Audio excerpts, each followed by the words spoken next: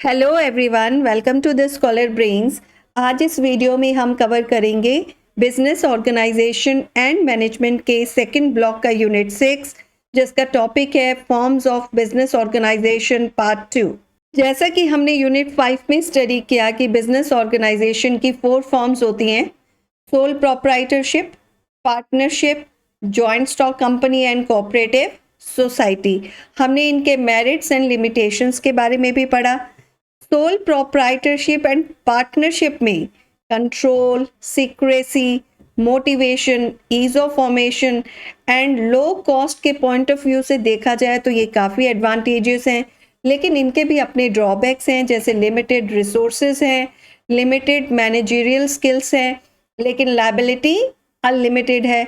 वहीं दूसरी तरफ अगर हम कंपनी फॉर्म की बात करें तो उसके भी अपने फ़ायदे हैं। इनके रिसोर्सेज ज़्यादा हैं, आप ज़्यादा कैपिटल रेज कर सकते हैं, लायबिलिटी लिमिटेड है, डाइवर्स मैनेजरियल स्किल्स आपको बिजनेस को मैनेज करने के लिए मिलती हैं। जब आप एक नया बिजनेस सेटअप करने के लिए प्लानिंग करते हैं तो सबसे पहले आपको ये डिसाइड करना है कि आपके प्रपोज्ड बिजनेस के लिए सबसे सूटेबल फॉर्म कौन सी है, राइट? इसके लिए आप क्या करते हैं कि आपके प्रपोज्ड बिजनेस का जो भी नेचर है उसके अकॉर्डिंग चारों फॉर्म्स को आप क्रिटिकली एनालाइज करते हैं और उनकी सूटेबिलिटी अपने प्रपोज बिजनेस के नेचर के अकॉर्डिंग चेक करते हैं। ये एक बहुत ही क्रूशियल डिसीजन होता है, क्योंकि ये डिटरमाइन करता है कि एंटरप्रेन्योर की पावर एंड रिस्पॉन्सिबिलिटीज क्या होंगी, प्रॉफिट एंड लॉसेस का डिवीजन कैसे होगा बिजनेस में, राइट? एक बार आपने ऑर्गेनाइजेशन की फॉर्म चूज कर ली, लेटर अगर आप उसको चेंज करना चाहते हैं तो वो बहुत ही डिफिकल्ट एंड एक्सपेंसिव हो जाता है। तो इस यूनिट में हम स्टडी करेंगे कि एक अच्छी फॉर्म जो होती है ऑर्गेनाइजेशन की, एक जो आइडियल फॉर्म होती है, उसके रिक्विजिट्स क्या होते हैं, उसके रिक्वायरमेंट्स क्या होती हैं। ओके, हम चारों फॉर्म्स को कंपेयर भी करेंगे ताकि हम एनालाइज कर पाएँ कि कौन कौन सी रिक्वायरमेंट्स होती हैं आइडियल फॉर्म की, जो किस में पूरी होती हैं, किस में नहीं होती हैं। और हम ये भी देखेंगे कि ऐसे कौन कौन से फैक्टर्स हैं जो हमारी चॉइस को इन्फ्लुएंस करते हैं। हम उन फैक्टर्स को भी एनालाइज करेंगे और हम ये भी डिसाइड करेंगे कि एक गिवन सिचुएशन में सबसे मोस्ट सुटेबल फॉर्म कौन सी होती है। इससे पहले कि हम ये डिस्कस करें कि एक गिवन सिचुएशन में कैसे एक पर्टिकुलर फॉर्म ऑफ ऑर्गेनाइजेशन को सिलेक्ट करते हैं, हमारे लिए ये जानना ज़रूरी है कि एक आइडियल फॉर्म ऑफ ऑर्गेनाइजेशन की क्या रिक्वायरमेंट्स होती हैं। ओके, उससे हमें ऑर्गेनाइजेशन की सभी फॉर्म्स को इवैल्यूएट करने और अपना फाइनल डिसीजन लेने में हेल्प मिलती है। तो पहले हम एक आइडियल फॉर्म ऑफ ऑर्गेनाइजेशन की रिक्वायरमेंट्स को स्टडी करेंगे। तो हमारा नेक्स्ट टॉपिक है requisites of an ideal form of business organisation. First is ease of formation. अगर आपके नेचर ऑफ बिजनेस के अकॉर्डिंग चारों फॉर्म्स में से कोई एक ही सूटेबल है, मीन्स आपके पास कंपैरिजन की कोई ऑप्शन ही नहीं है। फॉर एग्जांपल, किसी को कोई रिटेल शॉप खोलनी है, राइट? तो वो क्या करेगा? कंपनी तो नहीं खोलेगा ना, क्या करेगा? सोल प्रोप्राइटरशिप उसके लिए काफ़ी है, बहुत ज़्यादा कैपिटल की ज़रूरत नहीं है, इजीली फॉर्म हो जाएगी। ओके, तो उसके लिए उसके पास कोई ज़्यादा ऑप्शंस नहीं है कि उसे कंपेयर करना है और फिर सोचना है कि कौन सी फॉर्म उसे चूज़ करनी है। लेकिन अगर आपको अपने नेचर ऑफ बिजनेस के अकॉर्डिंग चारों फॉर्म्स में से चूज़ करना पड़े, तब आप ऐसी फॉर्म ऑफ ऑर्गेनाइजेशन को चूज करना ही बेटर समझते हैं जिसकी फॉर्मेशन इजीली हो सके। एक पर्टिकुलर फॉर्म ऑफ ऑर्गेनाइजेशन को फॉर्म करना मेनली 3 फैक्टर्स पर डिपेंड करता है। फर्स्ट है आपके फॉर्मेशन एक्सपेंसेस, जैसे कि registration fee, stamp duty, legal expert fee, documents को ड्राफ्ट करने के में जितने भी चार्जेस इन्वॉल्व होंगे, लाइसेंस लेने के लिए क्या चार्जेस लगेंगे। तो इस तरह के जितने भी फॉर्मेशन एक्सपेंसेस हैं, फर्स्ट फैक्टर तो ये है। सेकंड है लीगल फॉर्मेलिटीज़, मीन्स आप जो भी फॉर्म अपनाना चाहते हैं या फॉर्म करना चाहते हैं, उस ऑर्गेनाइजेशन की फॉर्म को बनाने के लिए कितनी लीगल फॉर्मेलिटीज़ आपको करनी पड़ेंगी, क्योंकि कोई भी बहुत ज़्यादा लीगल फॉर्मेलिटीज़ में तब तक नहीं पढ़ना चाहता जब तक कि उसके पास कोई और ऑप्शन नहीं है। अगर है तो वो उसी ऑप्शन को चूज़ करेगा जहाँ पर लीगल फॉर्मेलिटीज़ कम हो। थर्ड फैक्टर है प्रोसीजरल डीलेज, मीन्स एक पर्टिकुलर फॉर्म ऑफ ऑर्गेनाइजेशन को फॉर्म करते समय कौन कौन से प्रोसीजरल डीलेज हो सकते हैं, ये भी सोचा जा सकता है। ओके, तो जब तक कि बहुत ज़रूरी ना हो, ये ही बेटर होता है कि जो सबसे ईजीएस्ट फॉर्म है उसी को अपनाया जाए। Second is scope of raising capital. Business को स्टार्ट करने के लिए कैपिटल अमाउंट की ज़रूरत होती है। कितने कैपिटल अमाउंट की रिक्वायरमेंट है ये डिपेंड करता है दो फैक्टर्स पर। फर्स्ट, आपका नेचर ऑफ बिजनेस क्या है, और सेकंड डिपेंड करता है स्केल ऑफ ऑपरेशंस पर। मींस हमें बिजनेस को किस स्केल पर ऑपरेट करना है, स्मॉल स्केल पर या लार्ज स्केल पर। स्मॉल स्केल पर है तो कम कैपिटल की ज़रूरत होगी, उसी के अकॉर्डिंग हम सोचेंगे। अगर लार्ज स्केल पर हमें ऑपरेट करना है तो बहुत ज़्यादा कैपिटल की ज़रूरत है, तो किस फॉर्म से हम ज़्यादा कैपिटल रेज कर सकते हैं हम उसी के बारे में सोचेंगे, राइट। तो इस तरह से जितने कैपिटल अमाउंट की रिक्वायरमेंट होती है उस पर मेनली डिपेंड करता है कि कौन सी ऑर्गेनाइजेशन की फॉर्म को चूज किया जाए सो दैट रिक्वायर्ड कैपिटल को अरेंज किया जा सके। फॉर एग्जाम्पल, अगर आपको एक ग्रॉसरी रिटेल शॉप ओपन करनी है तो ज़्यादा कैपिटल अमाउंट की रिक्वायरमेंट नहीं होगी। आप अपनी सेविंग से या फ्रेंड्स रिलेटिव से बोरो करके अरेंज कर सकते हैं कैपिटल अमाउंट। लेकिन अगर आपको शुगर फैक्ट्री सेटअप करनी है तो आपको लार्ज अमाउंट ऑफ कैपिटल की ज़रूरत होगी। इसके लिए आइडियल फॉर्म ऑफ ऑर्गेनाइजेशन वो है जिसमें जब भी रिक्वायरमेंट हो कैपिटल अमाउंट को रेज करने का स्कोप हो।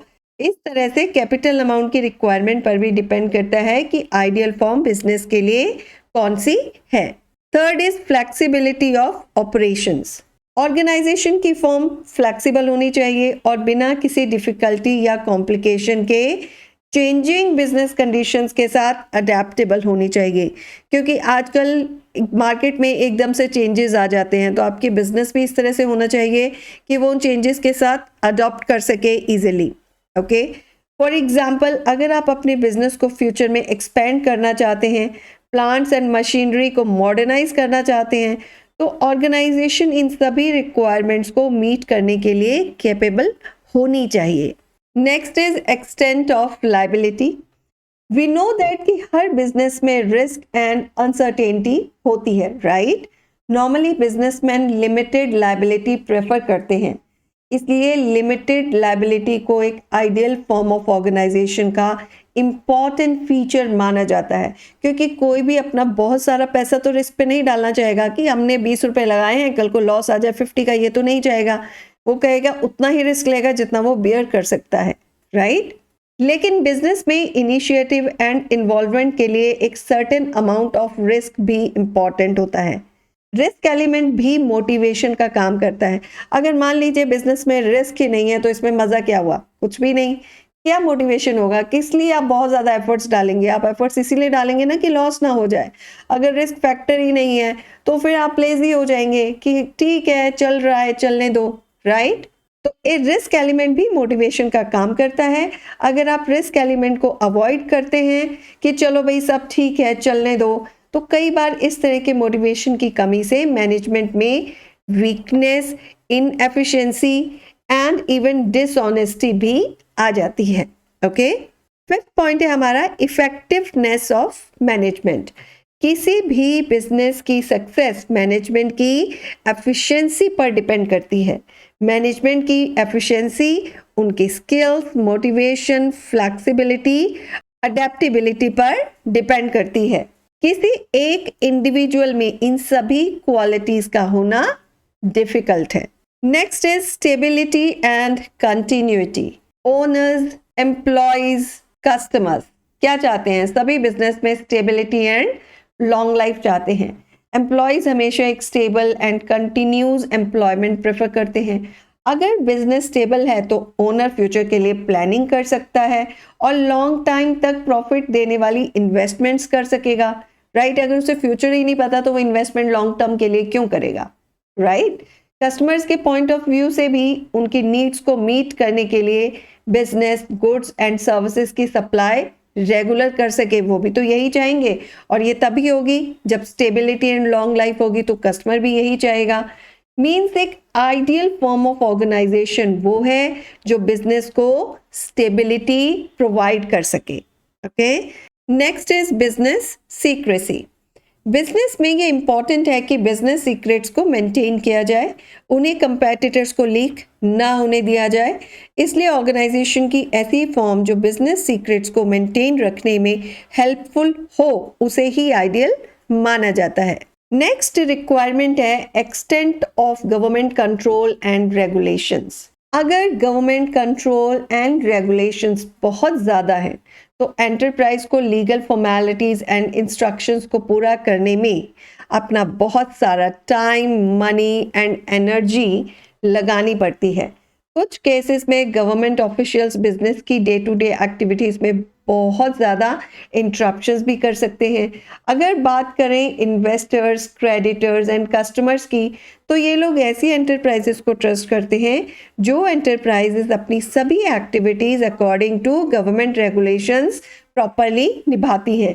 लेकिन बहुत ज़्यादा गवर्नमेंट इंटरफेरेंस एंटरप्रेन्योर्स पसंद नहीं करते, क्योंकि इससे उनके इनिशिएटिव्स एंड बिजनेस की एक्टिविटीज़ में बाधा पड़ती है। ओके, नेक्स्ट है हमारा पॉइंट टैक्स बर्डन।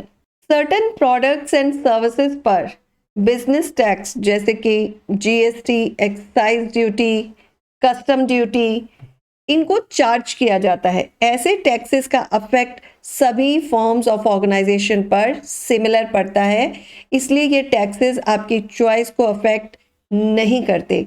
लेकिन अगर हम बात करें इनकम टैक्स की, तो income tax liability different forms के लिए डिफरेंट है। So naturally ideal form of organisation वही होगी जिसमें टैक्स लाइबिलिटी मिनिमम हो।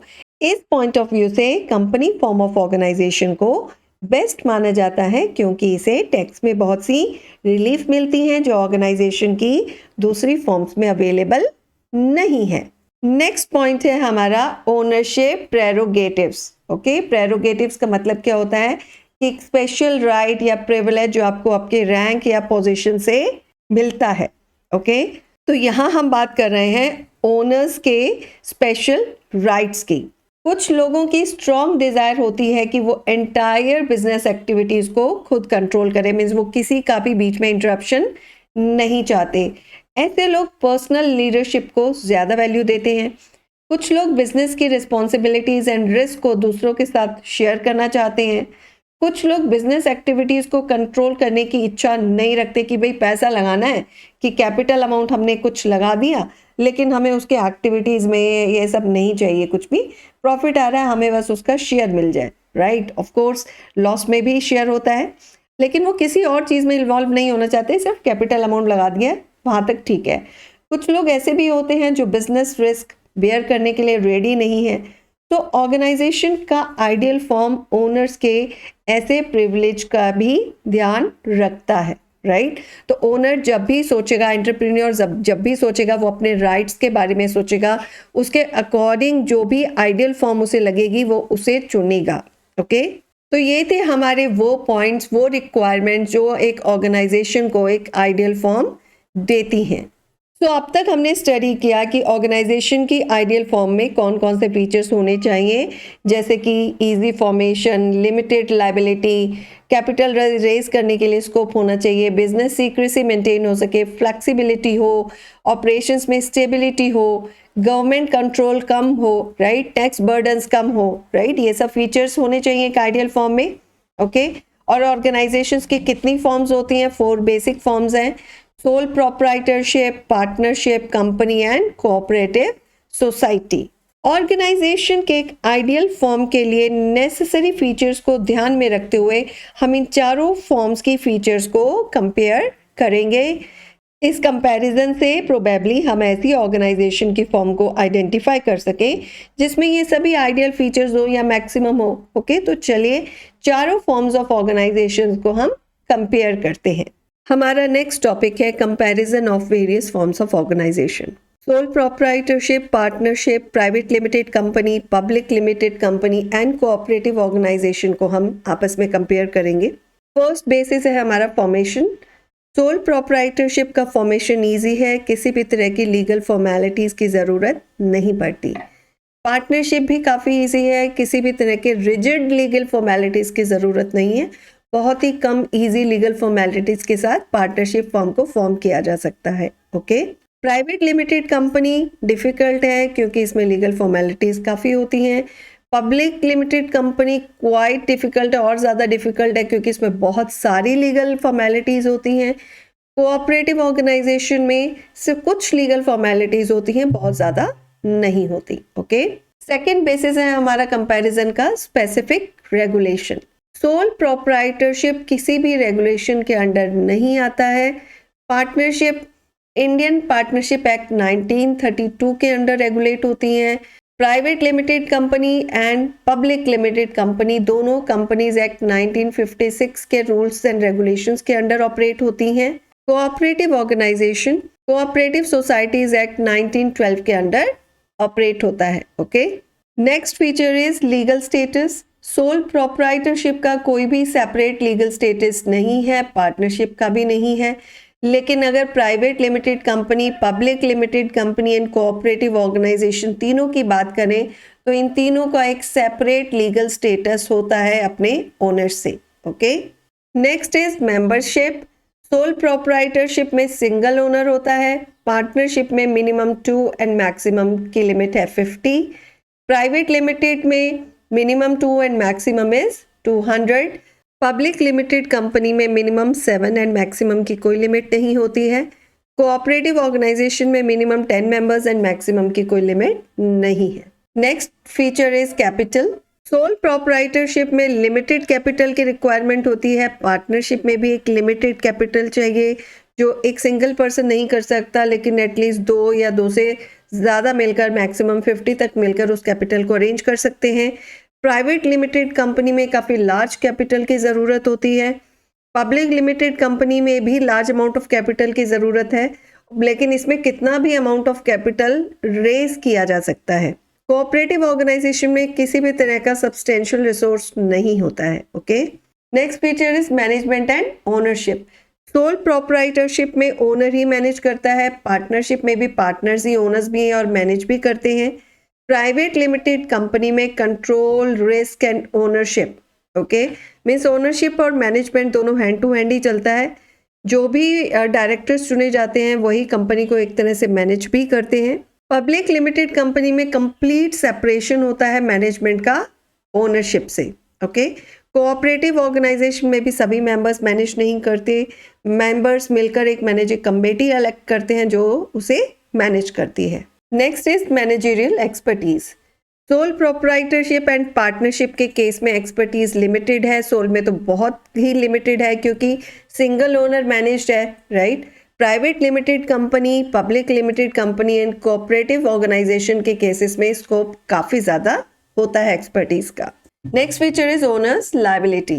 सोल प्रोप्राइटरशिप में अनलिमिटेड है क्योंकि ओनर को ही सारे प्रॉफिट भी मिलते हैं और उसे सारे रिस्क भी बेयर करने होते हैं। पार्टनरशिप के केस में भी अनलिमिटेड है। प्राइवेट और पब्लिक के केस में ये दोनों लिमिटेड हैं। कोऑपरेटिव ऑर्गेनाइजेशंस के भी लिमिटेड हैं, लेकिन ये सब्जेक्ट टू लॉज है। नेक्स्ट आता है हमारा feature basis of profit sharing. Soul proprietorship में ओनर फुल्ली एंजॉय करता है प्रॉफिट को, सारा प्रॉफिट उसका होता है।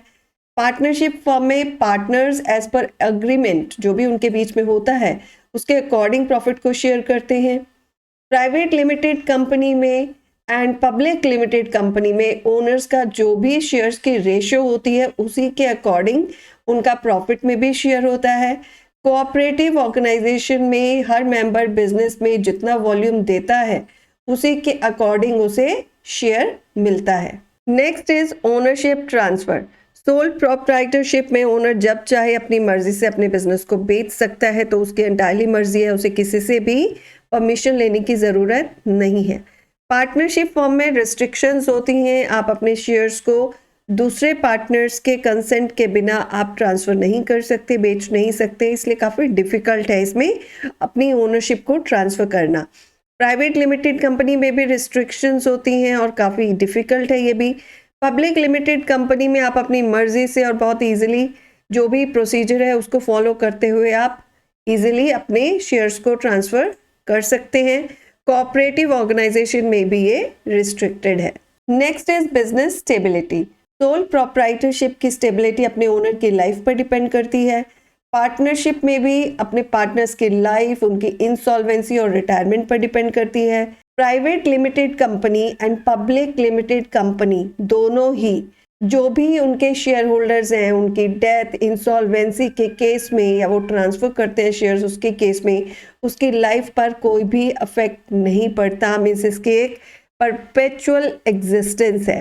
ओके, कोऑपरेटिव ऑर्गेनाइजेशन में भी डेथ या इंसॉल्वेंसी के केस में अगर मेंबर की डेथ हो जाती है, वो इंसॉल्वेंट हो गया, कोऑपरेटिव ऑर्गेनाइजेशन की लाइफ इफेक्ट नहीं होती। Next is business secrets. Soul proprietorship में फुल सीक्रेसी है। सिंगल ओनर है, वो अपने सीक्रेट्स किसी के साथ शेयर नहीं करेगा तो वो बाहर लीक नहीं होंगे, राइट। पार्टनरशिप में सीक्रेट्स पार्टनर्स के बीच में शेयर होते हैं। प्राइवेट लिमिटेड के केस में जितने भी शेयर होल्डर्स हैं उन सब के बीच में, मेंबर्स के बीच में सीक्रेट्स शेयर होते हैं। पब्लिक लिमिटेड कंपनी में पब्लिक को एक्सपोज हो जाते हैं, मीन्स इसमें सीक्रेट रखना तो क्वाइट इम्पॉसिबल है। सेम इज कोऑपरेटिव ऑर्गेनाइजेशन, सभी मेंबर्स को सीक्रेट्स पता होते हैं, राइट, तो ये भी एक्सपोज टू मेंबर्स होते हैं। Next is state regulation. Sole proprietorship की कोई भी स्टेट रेगुलेशंस नहीं है। पार्टनरशिप में थोड़ी बहुत स्टेट रेगुलेशंस फॉलो करनी पड़ती हैं। प्राइवेट लिमिटेड कंपनी के केस में भी काफ़ी हद तक रेगुलेशन स्टेट की होती हैं जिन्हें फॉलो करना पड़ता है प्राइवेट लिमिटेड कंपनीज को। पब्लिक लिमिटेड कंपनी के केस में बहुत ज़्यादा स्टेट वाइज रेगुलेशंस भी होती हैं। कोऑपरेटिव ऑर्गेनाइजेशन में भी ठीक ठाक होती हैं, मीन स्टेट वाइज रेगुलेशंस हैं लेकिन बहुत ज़्यादा नहीं है। तो सबसे ज़्यादा किस में होती हैं?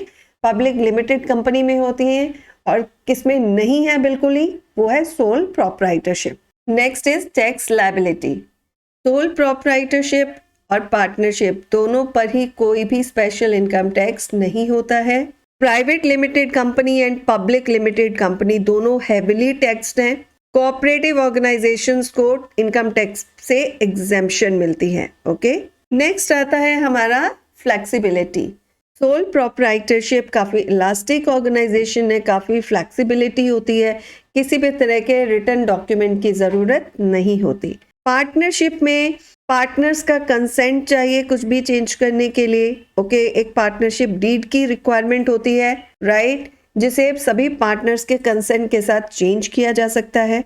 प्राइवेट लिमिटेड कंपनी भी इलास्टिक ऑर्गेनाइजेशन है, इसमें भी फ्लेक्सिबिलिटी है, लेकिन public limited company in elastic है, इसमें बिल्कुल भी फ्लेक्सिबिलिटी नहीं है। इसके मेमोरेंडम ऑफ एसोसिएशन को चेंज करना बहुत ही डिफिकल्ट है, उसके लिए गवर्नमेंट से परमिशन लेनी पड़ती है, तभी उसमें चेंजेस किए जा सकते हैं। Next is cooperative organisation. ये भी इनइलास्टिक ऑर्गेनाइजेशन है, इसके मेमोरेंडम ऑफ एसोसिएशन को भी चेंज करना बहुत डिफिकल्ट है। कोई भी चेंज करने के लिए उसमें गवर्नमेंट की परमिशन की ज़रूरत पड़ती है। Next is auditing of account. Sole proprietorship partnership में अकाउंट्स की ऑडिटिंग रिक्वायर्ड नहीं है। बाकी तीनों फॉर्म्स में private limited company, public limited company, cooperative organisation में अकाउंट्स की ऑडिटिंग मैंडेटरी है। ओके, नेक्स्ट फीचर है हमारा वाइंडिंग अप। सोल प्रोप्राइटरशिप और पार्टनरशिप को आप अपनी मर्जी से वाइंड अप कर सकते हो। Private limited company, public limited company and cooperative organisation को जिन भी एक्ट्स के अंडर वो रेगुलेट करती हैं, ऑपरेट करती हैं, उन्हीं के अंडर दिए हुए प्रोसीजर्स के अकॉर्डिंग ही इन्हें वाइंड अप किया जा सकता है। ओके, सो आफ्टर कंपैरिजन हमें क्या पता चला? यही कि ऑर्गेनाइजेशन की किसी भी फॉर्म में सारे आइडियल फीचर्स नहीं हैं। ऑर्गेनाइजेशन की हर फॉर्म में सभी फीचर्स में से कुछ फीचर्स ही मिलेंगे, मींस हर फॉर्म के एडवांटेजेस एंड लिमिटेशंस हैं। For example, soul proprietorship and partnership में फॉर्मेशन इजी है, गवर्नमेंट रेगुलेशंस नहीं है, ओनर्स के बेनिफिट्स हैं, बिजनेस सीक्रेट्स को सीक्रेट रखा जा सकता है, लेकिन ये same features company and cooperative forms में नहीं है। कंपनी एंड कोऑपरेटिव फॉर्म्स में लायबिलिटी लिमिटेड है, कैपिटल रेज करने का स्कोप है, प्रोफेशनल मैनेजमेंट है, कंटिन्यूटी है। इन फीचर्स के पॉइंट ऑफ व्यू से वो आइडियल फॉर्म है, राइट। इसलिए ऑर्गेनाइजेशन के किसी भी फॉर्म को हर टाइप से आइडियल या सभी सिचुएशंस के लिए आइडियल या सुटेबल मानना डिफिकल्ट है। तो चारों फॉर्म्स को कंपेयर करने पर हमने ये रियलाइज किया कि उनमें से कोई भी सभी एस्पेक्ट्स में आइडियल नहीं है। इनमें से हर फॉर्म कुछ एस्पेक्ट्स में अच्छा है, लेकिन कुछ एस्पेक्ट्स में अच्छा नहीं है। ऑर्गेनाइजेशन की कोई एक फॉर्म एक सिचुएशन में सुटेबल हो सकती है, लेकिन दूसरे सिचुएशन में सूटेबल नहीं भी हो सकती। इसलिए ऑर्गेनाइजेशन का आइडियल फॉर्म वही है जो किसी पर्टिकुलर बिजनेस की रिक्वायरमेंट्स को सेटिस्फैक्टरी मैनर से फुलफिल करता है। जो आपके प्रपोज बिजनेस की रिक्वायरमेंट्स को फुलफिल कर रहा हो पूरी तरह से, वही तो आपके लिए आइडियल फॉर्म है। वो आपके लिए हो सकती है, किसी और के लिए वो नहीं हो सकती। उनके बिजनेस के अकॉर्डिंग, नेचर ऑफ बिजनेस के अकॉर्डिंग, रिक्वायरमेंट्स के अकॉर्डिंग कोई दूसरी हो सकती है, राइट। एंटरप्रेन्योर्स ने बिजनेस के जो भी ऑब्जेक्टिव्स डिसाइड किए हैं, उन ऑब्जेक्टिव्स को अचीव करने के लिए कौन सी फॉर्म सुटेबल होगी, ये सिलेक्शन का बेसिक कंसिडरेशन होता है।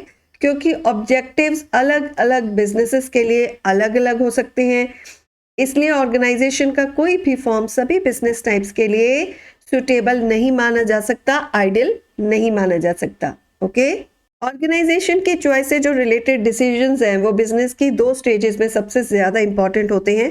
फर्स्ट होता है at the time of starting a business, जब आप बिजनेस स्टार्ट करते हैं, और दूसरा होता है at the time of expansion, जब आप बिजनेस को एक्सपेंड करना चाहते हैं। हमारा नेक्स्ट टॉपिक है criteria at the time of starting a business. New business को स्टार्ट करते समय ऑर्गेनाइजेशन की सुटेबल फॉर्म को चूज करना बहुत ही इंपॉर्टेंट है, क्योंकि ऑर्गेनाइजेशन की फॉर्म ही एंटरप्रेन्योर की पावर्स, उसकी रिस्पॉन्सिबिलिटीज को डिसाइड करता है। तो हम उन फैक्टर्स को स्टडी करते हैं जिन पर ये चॉइस डिपेंड करती है। ओके, फर्स्ट है हमारा नेचर ऑफ बिजनेस। ऑर्गेनाइजेशन के सूटेबल फॉर्म का सिलेक्शन प्रपोज्ड बिजनेस के नेचर पर डिपेंड करता है। Okay, different types of business की ऑर्गेनाइजेशनल रिक्वायरमेंट्स भी डिफरेंट होती हैं। फॉर एग्जांपल, एक बिग सीमेंट मैन्युफैक्चरिंग यूनिट और एक सीमेंट रिटेल शॉप के लिए ऑर्गेनाइजेशन का सेम फॉर्म तो सूटेबल नहीं हो सकता, राइट। सिमिलरली, एक टेक्सटाइल मिल और एक टेलरिंग शॉप, दोनों के लिए सेम फॉर्म सूटेबल नहीं हो सकती। तो आपके नेचर ऑफ बिजनेस पर यह डिपेंड करता है कि कौन सी फॉर्म आपके लिए सूटेबल होगी। Second is volume of business. Business का एक्सपेक्टेड वॉल्यूम भी सूटेबल फॉर्म के डिसीजन को इन्फ्लुएंस करता है, प्रभावित करता है। अगर बिजनेस का वॉल्यूम कम है, तब आपको स्मॉल अमाउंट ऑफ कैपिटल की रिक्वायरमेंट होती है और रिस्क भी कम उठाना पड़ेगा। लेकिन अगर वॉल्यूम लार्ज है, तब आपको ज़्यादा कैपिटल की ज़रूरत होगी, रिस्क भी ज़्यादा उठाना पड़ेगा, जो एक सिंगल ओनर के लिए तो पॉसिबल नहीं होता, राइट। डिफिकल्ट हो जाता है सिंगल ओनर के लिए। इसलिए पार्टनरशिप या कंपनी फॉर्म ही इस केस में ज़्यादा सुटेबल होंगे। इस तरह से बिजनेस के वॉल्यूम का भी फॉर्म के सिलेक्शन पर असर पड़ता है। Next is area of operation. Business के ऑपरेशन एरिया का भी ऑर्गेनाइजेशन के फॉर्म के सिलेक्शन पर प्रभाव पड़ता है। मीन्स सिलेक्शन इस बात पर भी डिपेंड करता है कि बिजनेस स्मॉल स्केल पर ऑपरेट करेगा या लार्ज स्केल पर ऑपरेट करेगा। अगर बिजनेस का ऑपरेटिंग एरिया एक पर्टिकुलर लोकेलिटी तक ही लिमिटेड है, तो उसके लिए सोल प्रोप्राइटरशिप एक सूटेबल फॉर्म है। लेकिन अगर बिजनेस का ऑपरेटिंग एरिया लार्ज है, तो जॉइंट स्टॉक कंपनी को एक सूटेबल फॉर्म समझा जाएगा, राइट। तो सिलेक्शन प्रोसेस बिजनेस के ऑपरेटिंग एरिया पर भी डिपेंड करता है। Fourth is desire for control. Business पर किसका कंट्रोल और सुपरविजन होगा, ये फैक्टर भी डिटरमाइन करेगा कि ऑर्गेनाइजेशन की फॉर्म कौन सी चूज की जाएगी। अगर बिजनेस एक्टिविटीज पर डायरेक्ट कंट्रोल की डिजायर है, ओके, ओनर चाहता है कि उसका डायरेक्ट कंट्रोल हो, तो सोल प्रोप्राइटरशिप या पार्टनरशिप फॉर्म चूज की जा सकती है। लेकिन इन केस ये लगता है कि डायरेक्ट कंट्रोल की जरूरत नहीं है, तो कंपनी फॉर्म भी बेस्ट है, right. Next is capital requirements. Business की फाइनेंशियल रिक्वायरमेंट्स पर भी ऑर्गेनाइजेशन की फॉर्म डिपेंड करती है। ऐसा बिजनेस जिसमें स्मॉल अमाउंट ऑफ कैपिटल की रिक्वायरमेंट है, उसे सोल प्रोप्राइटरशिप या पार्टनरशिप के बेसिस पर फॉर्म किया जा सकता है। लेकिन अगर फाइनेंशियल रिक्वायरमेंट्स लार्ज हैं, तो जॉइंट स्टॉक कंपनी ही सुटेबल रहेगी। Next is extent of risk and liability. We know that कि बिजनेस ऑपरेशंस में रिस्क होता है, राइट। रिस्क फैक्टर बिजनेस का पार्ट है। अगर बिजनेस के प्रमोटर ज्यादा रिस्क नहीं उठाना चाहते, तो वो बिजनेस को लिमिटेड लायबिलिटी के बेसिस पर स्टार्ट करेंगे। इसका मतलब वो क्या बनाएंगे, एक कंपनी फॉर्म को चूज करेंगे। इन केस उनमें रिस्क बेयर करने की कैपेसिटी है, तो बिजनेस को सोल प्रोप्राइटरशिप या पार्टनरशिप के बेसिस पर फॉर्म कर सकते हैं। मीन्स प्रमोटर्स कितना रिस्क लेने को तैयार है, ये भी ऑर्गेनाइजेशन के फॉर्म की चॉइस को इन्फ्लुएंस करता है। Next is government regulations. हमने स्टडी किया कि company form and cooperative form of organisations में गवर्नमेंट कंट्रोल्स एंड रेगुलेशंस बहुत ज़्यादा हैं अगर हम उन्हें soul proprietorship and partnership form से कंपेयर करें। इसलिए अगर आपको बहुत ज़्यादा गवर्नमेंट कंट्रोल या रेगुलेशंस नहीं चाहिए तो आपको सोल प्रोप्राइटरशिप या पार्टनरशिप फॉर्म को चूज़ करना होगा। तो ये वो क्राइटेरियाज थे जो बिजनेस को स्टार्ट करते वक्त इन्फ्लुएंस करते हैं आपके डिसीजंस को कि आप कौन सी फॉर्म को चूज करेंगे। Next topic is criteria at the time of expansion. जब आप एक्सपेंड करना चाहते हैं बिजनेस को, उस टाइम पर क्या क्राइटेरियाज होंगे। बिजनेस पे ग्रोथ एक नॉर्मल फिनोमिना है, राइट। जब आपका बिजनेस सक्सेसफुल होता है तो आप उसका एक्सपेंशन करने के लिए प्लानिंग बना सकते हैं। एक्सपेंशन प्रोग्राम के कुछ इम्प्लीकेशंस भी होते हैं, जैसे कि लार्ज फाइनेंशियल रिसोर्सेज की ज़रूरत होती है, इंटरनल रीऑर्गेनाइजेशन एंड कंट्रोल की ज़रूरत पड़ती है, स्पेशल सर्विसेज की ज़रूरत पड़ती है जैसे communication, accounting, marketing. Government controls and regulations increase हो जाती हैं, टैक्स लायबिलिटी बढ़ जाती है, कंट्रोल एंड कोऑर्डिनेशन में के जो प्रॉब्लम्स होती हैं कंट्रोल करने में, कोऑर्डिनेट करने में, वो भी प्रॉब्लम्स थोड़ी हद तक इंक्रीज हो जाती हैं। इन प्रॉब्लम्स का नेचर डिपेंड करता है आपके एग्जिस्टिंग बिजनेस के नेचर और आपने जो एक्सपेंशन प्रोग्राम डिसाइड किया है उस पर। अपने एक्सपेंशन प्रोग्राम को इम्प्लीमेंट करने के लिए आप ऑर्गेनाइजेशन की एग्जिस्टिंग फॉर्म कंटिन्यू रख सकते हैं या न्यू फॉर्म को अडॉप्ट कर सकते हैं। आप जो भी ऑल्टरनेटिव चूज करते हैं उसे एक्सपेंशन की सभी रिक्वायरमेंट्स को पूरा करने में केपेबल होना चाहिए। अगर आपका एग्जिस्टिंग बिजनेस सोल प्रोप्राइटरशिप है तो आप मैनेजर एम्प्लॉय कर सकते हैं या कोई पार्टनर बना सकते हैं।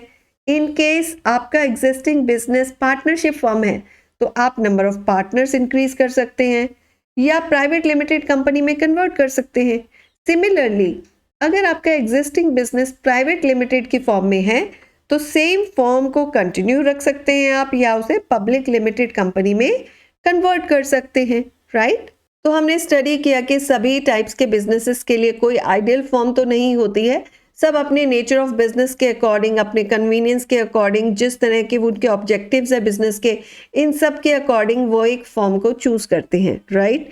जिन्हें 2 स्टेजेस में चूज किया जाता है, एक तो जब बिजनेस स्टार्ट करना है तब, या जब एक्सपेंड करना है तब। Small businesses sole proprietorship form को प्रेफर करते हैं, जैसे ग्रोसरी स्टोर्स वाले हो गए, हेयर ड्रेसर्स हैं, स्मॉल रेस्टोरेंट्स एंड होटल्स हैं, स्टेशनरी शॉप्स हैं, बेकरीज हैं, ड्राई क्लीनर्स हैं। तो जितने भी ये सिंगल ओनर मैनेज्ड बिजनेसेस होते हैं, स्मॉल बिजनेसेस होते हैं, ये सोल प्रोप्राइटरशिप फॉर्म को चूज करेंगे, राइट। क्योंकि वो स्मॉल स्केल पर ऑपरेट करते हैं, लिमिटेड मार्केट या एरिया की नीड्स को केटर करते हैं, लिमिटेड नंबर ऑफ कस्टमर्स या डीलर्स के साथ डील करते हैं और बहुत ही लिमिटेड कैपिटल की रिक्वायरमेंट होती है।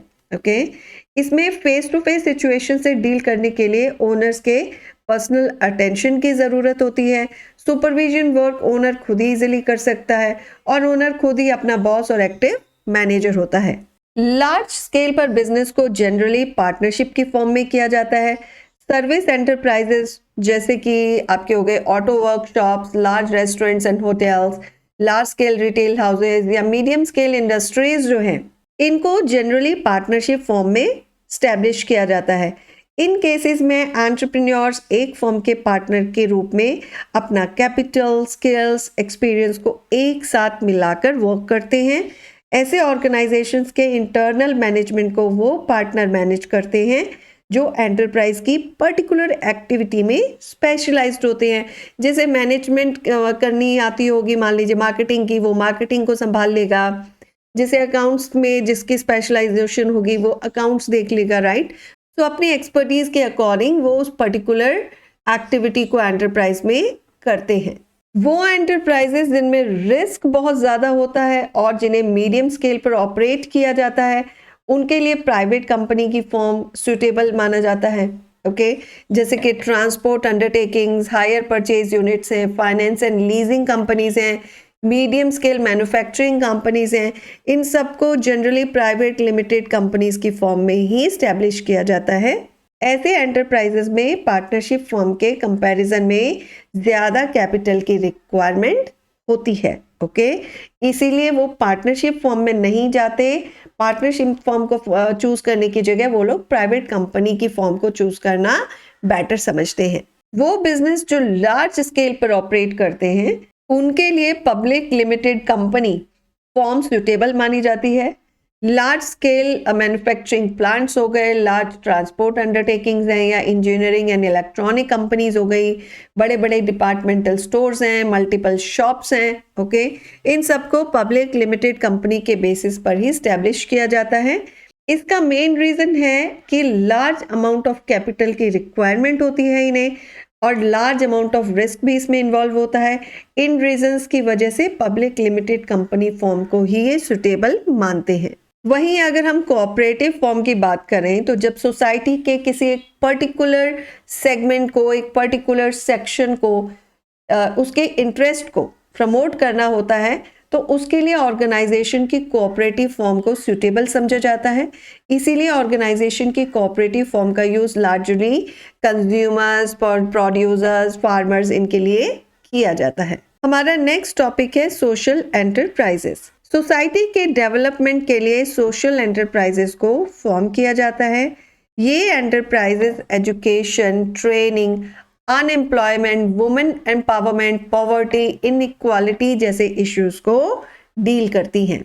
Ministry of skills and entrepreneurship के नेशनल एंटरप्रेन्योरशिप पॉलिसी 2015 के according social enterprises important business instruments की तरह इमर्ज हुई हैं, जो सोशली ओरिएंटेड बिजनेस इनोवेशंस के द्वारा सोसाइटी में पॉवर्टी, अनएम्प्लॉयमेंट एंड इनइक्वालिटी के इश्यूज को एड्रेस करती हैं। सोशल इनोवेशन के द्वारा नए प्रोडक्ट्स एंड सर्विसेज को ऑफर करके इन सोशल प्रॉब्लम्स को सॉल्व करने की कोशिश करती हैं, इन प्रॉब्लम्स का आंसर ढूंढती हैं। इस तरह से गरीब लोगों को मार्केट में एक्टिवली पार्टिसिपेट करने का मौका मिलता है, ओके। वो मार्केट के साथ इंटरेक्ट कर पाते हैं एज एक्टिव पार्टिसिपेंट्स। पहले वो पैसिव रेसिपिएंट्स थे, मींस उन्हें एक्टिवली पार्टिसिपेट करने का मौका मार्केट के साथ नहीं मिलता था। लेकिन ये जो इनोवेशंस से, ओके, जो सोशल इनोवेशंस हैं, इससे जो नए प्रोडक्ट्स, नई सर्विसेज मार्केट में आती हैं, उससे उन्हें मौका मिलता है कि वो मार्केट के साथ एक्टिवली पार्टिसिपेट कर पाते हैं मार्केट में, ओके, और पैसिव रेसिपिएंट नहीं बने रहते। पॉलिसी से ये क्लियर होता है कि सोशल एंटरप्राइजेस एक इम्पॉर्टेंट बिजनेस इंस्ट्रूमेंट बनकर इमर्ज हुए हैं। ये enterprises poverty, unemployment and inequality के इश्यूज को एड्रेस करती हैं। ये सोशली ओरिएंटेड बिजनेस इनोवेशंस को प्रमोट करती हैं। सोशल इनोवेशन से सोशल प्रॉब्लम्स के आंसर्स को एक्सप्लोर करती हैं। ये न्यू प्रोडक्ट्स एंड सर्विसेज को प्रोवाइड करते हैं जो सोसाइटी की प्रॉब्लम से डील करने में हेल्प करता है। Social enterprises mainly social activities में इन्वॉल्व होती हैं, इसलिए सोसाइटी को सोशल एंटरप्राइजेज के साथ इंटरेक्ट करने का मौका मिलता है। इस तरह से वो एक्टिव पार्टिसिपेंट्स बनते हैं। यूके गवर्नमेंट की सोशल एंटरप्राइज की डेफिनेशन के अकॉर्डिंग वो बिजनेस जिसका मेन एम सोशल ऑब्जेक्टिव से जुड़ा है, सोसाइटी से जुड़ा है, जो अपने प्रॉफिट के सरप्लस को इसी पर्पस के लिए, मीन सोसाइटी के बेनिफिट को देखते हुए सरप्लस को बिजनेस में या कम्युनिटी में ही री इन्वेस्ट करता है, ना कि वो शेयर होल्डर्स एंड ओनर्स के प्रॉफिट को मैक्सिमाइज करता है, उसे कहते हैं सोशल एंटरप्राइज। तो इस डेफिनेशन से ये क्लियर होता है कि सोशल एंटरप्राइज का प्राइमरी एम है सोशल ऑब्जेक्टिव। इन एंटरप्राइजेस के प्रॉफिट को बिजनेस या सोसाइटी में री इन्वेस्ट किया जाता है। सोशल एंटरप्राइज का motive share holders and owners के प्रॉफिट को मैक्सिमाइज करना नहीं होता है। ब्रिटिश काउंसिल सर्वे 2016 के अकॉर्डिंग इंडिया में सोशल एंटरप्राइजेस के जो भी ऑब्जेक्टिव्स रहे हैं वो किस तरह से रहे हैं, किन किन मुद्दों पर उन्होंने काम किया है, तो वो है क्रिएटिंग एम्प्लॉयमेंट को लेकर 62%, इम्प्रूविंग हेल्थ को लेकर 41%, एनवायरमेंट के प्रोटेक्शन को लेकर 40%, सोशल एक्सक्लूजन को एड्रेस करने वाले जो इश्यूज हैं वो रहे 40%, एग्रीकल्चर और उससे जुड़ी हुई जो भी एक्टिविटीज़ हैं उनके सपोर्ट में 36%, वुमेन एम्पावरमेंट को लेकर 33%, एजुकेशन को प्रमोट करने से रिलेटेड 32%, फाइनेंशियल इंक्लूजन को एड्रेस करने के लिए 31%, और बाकी जितनी भी ऑर्गेनाइजेशंस हैं उनको सपोर्ट करने के लिए 20%। तो ये वो परसेंटेज है जो इंडिया की सोशल एंटरप्राइजेज ने जिन मुद्दों को, जिन इश्यूज को, राइट, कितने परसेंटेज पर अगर कंपेयर किया जाए ओवरऑल मार्केट में इंडिया में, तो कहाँ पर उन्होंने उन इश्यूज को एड्रेस किया है, उन्हें सॉल्व करने की कोशिश की है, कितने परसेंटेज उनके एफर्ट्स किस किस एरिया में रहे हैं। 100% एफर्ट्स वो हर एरिया में देते हैं, लेकिन इन कंपैरिजन कौन सा एरिया सबसे ज़्यादा एज एन इशू एड्रेस किया गया है, कौन सा उसके बाद, तो इस सर्वे ने उस चीज़ को एनालाइज करके बताया है। ओके, तो इसके साथ ही हमारा ये चैप्टर फिनिश होता है, ब्लॉक 2 का unit 6 forms of business organisation part 2। And guys please, अगर आपको मेरे एफर्ट्स पसंद आ रहे हैं तो चैनल को सब्सक्राइब करना मत भूलिएगा, शेयर ज़रूर कीजिएगा, बिकॉज डेफिनेटली मेरी कोशिश यही है कि मैं ज़्यादा से ज़्यादा स्टूडेंट्स तक जिन्हें रिक्वायरमेंट है, ओके, उन्हें एक हेल्पिंग हैंड चाहिए उनके एजुकेशन में, जिससे उनको मदद मिल सके, वही मेरा मोटिव है। बेल आइकन पर ज़रूर क्लिक कीजिएगा, क्योंकि आने वाले टाइम में बहुत सारे चैप्टर्स डेली बेसिस पर मैं अपलोड करने वाली हूँ। इवन प्रीवियस, क्योंकि एग्ज़ाम्स आने वाले हैं तो प्रीवियस ईयर क्वेश्चन पेपर्स भी मैं लेकर आने वाली हूँ। ओके, तो प्लीज़ लाइक ज़रूर कीजिएगा, शेयर ज़रूर कीजिएगा, और चैनल को सब्सक्राइब करना मत भूलिएगा। कोई भी क्वेश्चंस है, कंसर्न्स हैं, आप कमेंट्स में मेंशन कर सकते हो। आप मुझे ईमेल भी कर सकते हो, मेरा ईमेल एड्रेस है contact@thescholarbrains.com। तो चलिए इसके साथ ही मिलते हैं नेक्स्ट वीडियो में, तब तक के लिए take care guys, bye bye.